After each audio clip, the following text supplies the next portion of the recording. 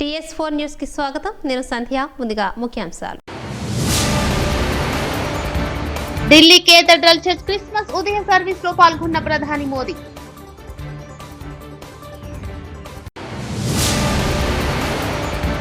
ప్రత్యేకంగా అటల్ మోదీ సుపరిపాలనా యాత్ర ముగింపు సభ.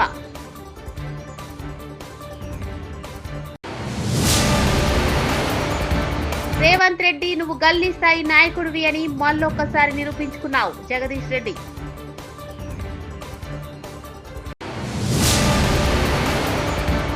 వాజ్పేయి స్ఫూర్తితో మోదీ అద్భుతమైన పాలన సాగిస్తున్నారు. PVN మాధవ్.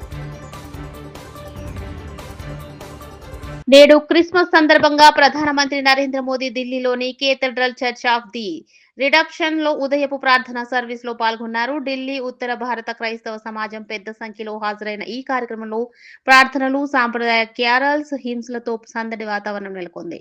ఢిల్లీ బిషప్ అరటి రేవా, డాక్టర్ పాల్ స్వరూప్ ప్రధాని ప్రత్యేక ప్రార్థన చేశారు.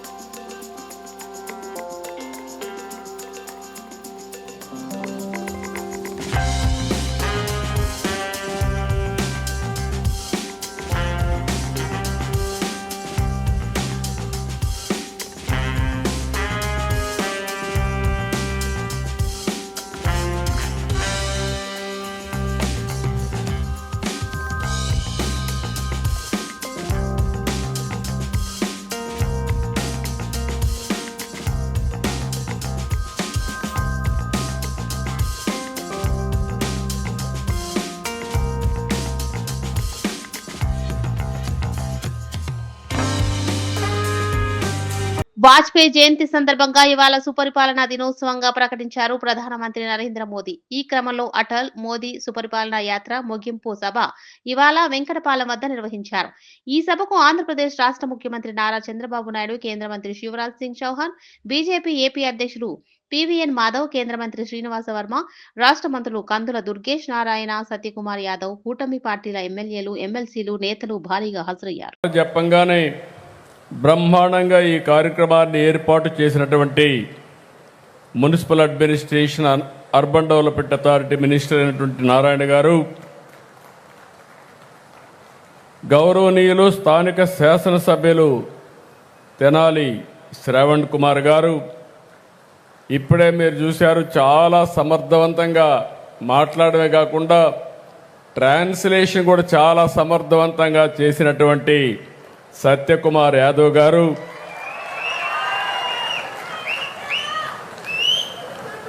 State general secretary BJP Madhukar గారు, చాలామంది పేర్లున్నాయి. ఇప్పటికే చాలా ఆలస్యమైంది, మీ అందరికి కూడా ఆకలేస్తూ ఉంటుంది. అందరి మారిగా నేను కూడా ఎక్కువ ఇబ్బంది పెట్టకుండా వీళ్ళని తొందరలో కంప్లీట్ చేయాలనుకుంటున్నాను. అలాంటి ఈరోజు గౌరవ పార్లమెంట్ సభ్యులు, గౌరవ శాసన సభ్యులు, శాసన మండలి సభ్యులు, వేదికపై నుండే ప్రజాప్రతినిధులు, అదే మరి ఈ కార్యక్రమానికి వచ్చినటువంటి బీజేపీ, తెలుగుదేశం, జనసేన నాయకులు, కార్యకర్తలు, ఈ ప్రాంత రైతులకి, సోదరి మండలందరికీ పేరు పేరున మనస్ఫూర్తిగా నమస్కారాలు, అభినందనలు, స్వాగతం, సుస్వాగతం. ఈరోజు ఒక చరిత్ర, ఒక యుగ పురుషుడు పుట్టిన రోజు, శత జయంతి ఉత్సవాలు జరుపుకుంటున్నాం.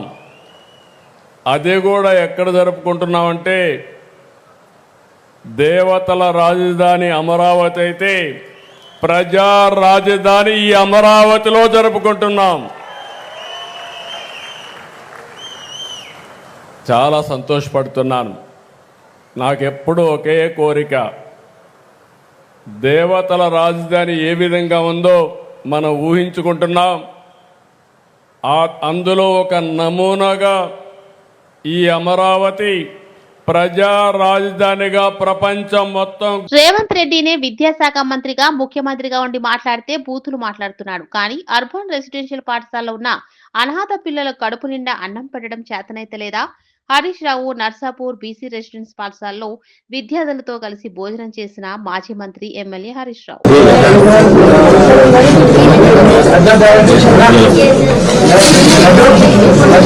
అంటే ఇలా రేవంత్ రెడ్డి విద్యాశాఖ మంత్రి ఉన్నాడు. రేవంత్ రెడ్డి మాట్లాడితే బూతులు మాట్లాడుతున్నాడు. నువ్వే ఈ రాష్ట్రానికి విద్యాశాఖ మంత్రివి, నువ్వే ఈ రాష్ట్రానికి ముఖ్యమంత్రివి. గా అనాథ పిల్లలు, ఈ అర్బన్ రెసిడెన్షియల్ స్కూల్ అంటే బ్రిడ్జ్ స్కూల్లో ఉండే పిల్లలు అనాథ పిల్లలు, ముఖ్యంగా తల్లి తండ్రి లేని పిల్లలు. ఈ అనాథ పిల్లలకు కడుపు నుండి అన్నం పెట్టే చేతనైతలేదా నీకు? ఈ అనాథ పిల్లలకు కాస్మెటిక్ ఛార్జెస్ ఇవ్వడం చేతనైతలేదా? మాటలు పెద్ద పెద్దగా మాట్లాడతావు కదా. నిన్ను చెట్టుకు కట్టేసి లాగులో తొండలు జొరగొట్టి అప్పుడు అర్థమవుతుంది నీకు. ఈ అనాథ పిల్లలకు కూడా అన్నం పెట్టని రేవంత్ రెడ్డిని కొరడా దెబ్బలు కొట్టినా తక్కువే, చెట్టుకు కట్టేసి లాగులో తొండలు జొరగొట్టినా తక్కువే. నీకే మాట్లాడొస్తుందా? మాకు మాట్లాడరాదా? రేవంత్ రెడ్డి మిమ్మల్ని కూడా తక్కువ చేసి మాట్లాడొచ్చు, కానీ మేము మాట్లాడడం లేదు. నువ్వు గల్లీ స్థాయి నాయకుడు అని మరొకసారి నిరూపించుకున్నావు అని మాజీ మంత్రి జగదీశ్వర్ రెడ్డి అన్నారు. కేసీఆర్ కాలిగోటికి కూడా సరిపోవు అని మేము అనొచ్చు, కానీ మేము అనడం లేదు. ఇతరుల గురించి తప్పుగా మాట్లాడే వ్యక్తులం కాదు మేము.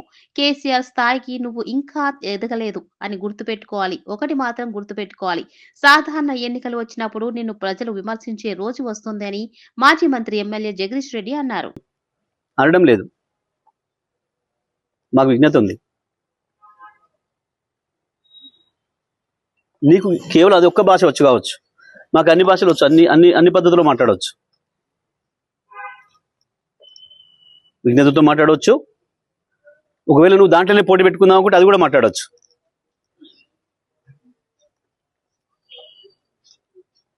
ఎందుకు వస్తుంది? రండలు మాట్లాడే భాష అది. ఇతరులు చావు కోరుకోవడం అనేది రండగాలు చేసే పని, కొట్టాడితోడు చేసే పని కాదు.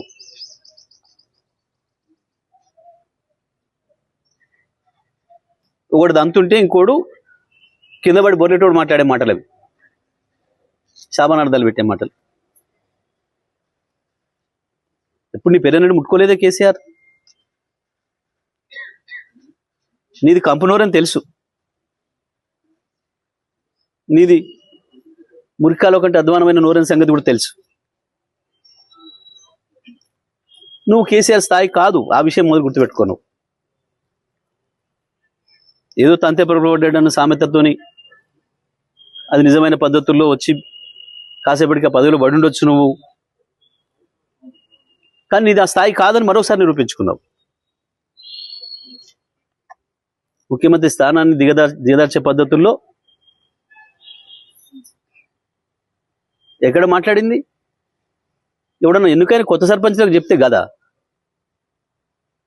నువ్వు డెడికేటెడ్గా పనిచేయండి, అందరు కలుపుకొని పనిచేయండి, ప్రజలు మీకు ఇచ్చిన బాధ్యతలను పూర్తిగా నెరవేర్చండి, మీ విజయం సాధించండి అని చెప్పొస్తారు ఎవరైనా. నీ చెత్తవాగుడితోని వచ్చిన వాళ్ళ బ్రెయిన్ జడగొట్టి ఏం సమాచారం తీసుకుపోయారు? వాళ్ళు ఏం మోసుకపోయారు? నీ దగ్గర నుంచి మెసేజ్ ఇట్లా బూతులు మాట్లాడాలి కావచ్చు మేమని మోసుకపోయారు. ముఖ్యమంత్రి అంటోడు మాట్లాడేటప్పుడు సో ఉండాలి కదా. ఒకటి మాత్రం వాస్తవం, రేవంత్ కేసీఆర్ ఏదో ఈరాయి కట్టుకుని. దివంగత మాజీ ప్రధానమంత్రి వాజ్పేయి ఆహార్యం, రూపం, గొప్ప వ్యక్తిత్వం అన్ని ఆదర్శప్రాయమని బీజేపీ ఆంధ్రప్రదేశ్ అధ్యక్షుడు పివిఎన్ మాధవ్ వ్యాఖ్యానించారు. 1942లో స్వతంత్ర సేనానిగా ఆయన ప్రయాణం మొదలైందని ప్రస్తావించారు. దేశంలో కొత్త రాజకీయ సాంస్కృతిక చైతన్యం తేవాలని వాజ్పేయి పనిచేశారని పేర్కొన్నారు. శ్యామ్ ప్రసాద్ ముఖర్జీతో కలిసి అనేక పోరాటాలు చేశారని కొనియాడారు. ప్రజల కోసం పోరాటాలు చేసి వాజ్పేయి జైలుకు కూడా వెళ్లారని తెలియజేశారు. పార్లమెంట్లో అడుగుపెట్టి తొలి ప్రసంగంలోనే అందరినీ ఆకట్టుకున్నారని చెప్పుకొచ్చారు. అటల్ మోదీ సుపరిపాలనా యాత్ర ముగింపు సభ ఇవాళ వెంకటపాలెం వద్ద నిర్వహించారు. మొత్తం డిసెంబర్ 11 నుంచి ఇవాల్టి వరకు యాత్రలో భాగస్వాములే. మమ్మల్ని ముందుకు నడిపిస్తున్న మా యొక్క నాయకులు, అలాగే రాష్ట్ర వైద్య శాఖ మంత్రులు శ్రీ వై సత్యకుమార్ గారికి, అలాగే మన టూరిజం శాఖ మంత్రివర్యులు జనసేన నాయకులు శ్రీ దుర్గేష్ గారికి, అలాగే మన యొక్క శాసన సభ్యులు శ్రవణ్ గారికి, అలాగే మన parliamentarian Anakapalli parliamentary CM Ramesh గారికి, అలాగే మా పార్టీ ఎమ్మెల్సీగా ఉండి ఫ్లోర్ లీడర్గా ఉండి మా పార్టీ చాలా సీనియర్ నాయకులు పెద్దలు శ్రీ సోమ్ వీరాజు గారికి, అలాగే రాజ్యసభ సభ్యులు పాకా వెంకట సత్యనారాయణ గారికి, వేదిక పైన ఉన్న ఇతర నాయకులందరికీ, వేదిక పొందున్న కూటమి సంబంధించిన కార్యకర్తలకి, అలాగే అమరావతి ప్రజలకి అందరికీ కూడా ముందుగా శిరస్సు వంచి నమస్కరిస్తూ, నా సౌభాగ్యం కూడా ఏ నేతతో అయితే నేను చిన్నప్పటి నుంచి చూసి పెరిగి ఆయన యొక్క అనేక రకాల విషయాలు అతి దగ్గరగా కూడా చూడగలిగే ఒక సౌభాగ్యం కలిగిన నాకు భారతీయ జనతా పార్టీ రాష్ట్ర అధ్యక్షుడిగా బాధ్యత వచ్చిన తర్వాత అతి తక్కువ కాలంలోనే ఆయన శత జయంతిని ఆంధ్రప్రదేశ్లో ఘనంగా చేయాలి అని ఒక ఆలోచన కలిగి ఏం చేస్తే బాగుంటుందని ఒక తలంపుతో ప్రతి జిల్లాలో ఆయన యొక్క విగ్రహాన్ని ఆవిష్కరించి ఏ విగ్రహం ద్వారా మనందరికీ కూడా తప్పనిసరిగా స్ఫూర్తి ఈ తరానికి రాబో తరానికి కూడా కలిగే అవకాశం ఉంటుందో అటువంటి విగ్రహాన్ని ఆవిష్కరించాలని ఒక ఆలోచన వచ్చిన వెంటనే మన గౌరవ ముఖ్యమంత్రి చంద్రబాబు నాయుడు గారి దగ్గరికి వెళ్ళి ఈ ఆలోచన చేస్తున్నామంటే ఆయనే చెప్పాడు, నాకు అత్యంత ఇష్టమైన నాయకుడు ఎవరైనా ఉన్నారు అంటే అటల్ బిహారీ వాజ్పేయి. ఆయన యొక్క ఆత్మీయత, ఆయనతో కలిసి నేను తిరిగిన అనేక రకాల సందర్భాలు గుర్తు చేసుకుంటూ నేనే నిర్వహిస్తానన్నాడు. నేను అయ్యా మా పార్టీకి సంబంధించిన నేత, ఆయన పార్టీ వేరు కాదు, ఆ విధంగా పెరిగిన వ్యక్తి, 70 వసంతాలు సామాజిక జీవితంలో పార్టీ భారతీయ జనసంఘ్ పూర్వరూపం నుంచి భారతీయ జనతా పార్టీ వరకు జరిగిన ప్రయాణం కాబట్టి ఈసారి భారతీయ జనతా పార్టీ ఆధ్వర్యంలో చేస్తాము అంటే తప్పనిసరిగా చేయండి. తప్పనిసరిగా కూటమి సంబంధించిన ఎమ్మెల్యేలు, ఎమ్మెల్సీలు, మంత్రులు అందరూ సహకరించే విధంగా ముందుకు వెళ్తారని ఆ విధంగా దీవించి పంపించడం జరిగింది. కేవలం చెప్పడమే కాకుండా అందరికీ టెలికాన్ఫరెన్స్ నిర్వహించుకొని అటల్ బిహారీ వాజ్పేయి గారు మీ ప్రాంతాల్లో విగ్రహావిష్కరణ సభలకి పూర్తి సహకారం అందించమని ఆయన చెప్పటం ఆయన యొక్క పెద్ద మనసుకి, ఆయన వ్యక్తిత్వానికి నిదర్శనం. కనుకనే ముందుగా మన గౌరవ ముఖ్యమంత్రి చంద్రబాబు నాయుడు గారికి నేను మరొకసారి ధన్యవాదాలు తెలియజేసుకుంటాను. కేవలం యాత్ర కోసమే కాదు, యాత్రకి ముగింపుగా ముఖ్యంగా అమరావతిలో నేనే ఈ కార్యక్రమం నిర్వహిస్తున్నాను. అప్పుడు మేము అడగటం జరిగింది, సార్ ఆయన కేవలం ఒక విగ్రహాన్ని కాకుండా అందరికీ స్మృతి పదంలో నిలిచే. ఢిల్లీ కేథడ్రల్ చర్చ్ క్రిస్మస్ ఉదయ సర్వీస్ లో పాల్గొన్న ప్రధాని మోదీ.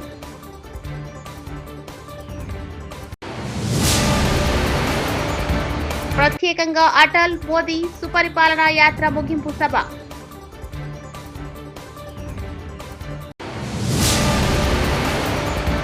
రేవంత్ రెడ్డి, నువ్వు గల్లీ స్థాయి నాయకుడివి అని మళ్ళొక్కసారి నిరూపించుకున్నావు, జగదీష్ రెడ్డి.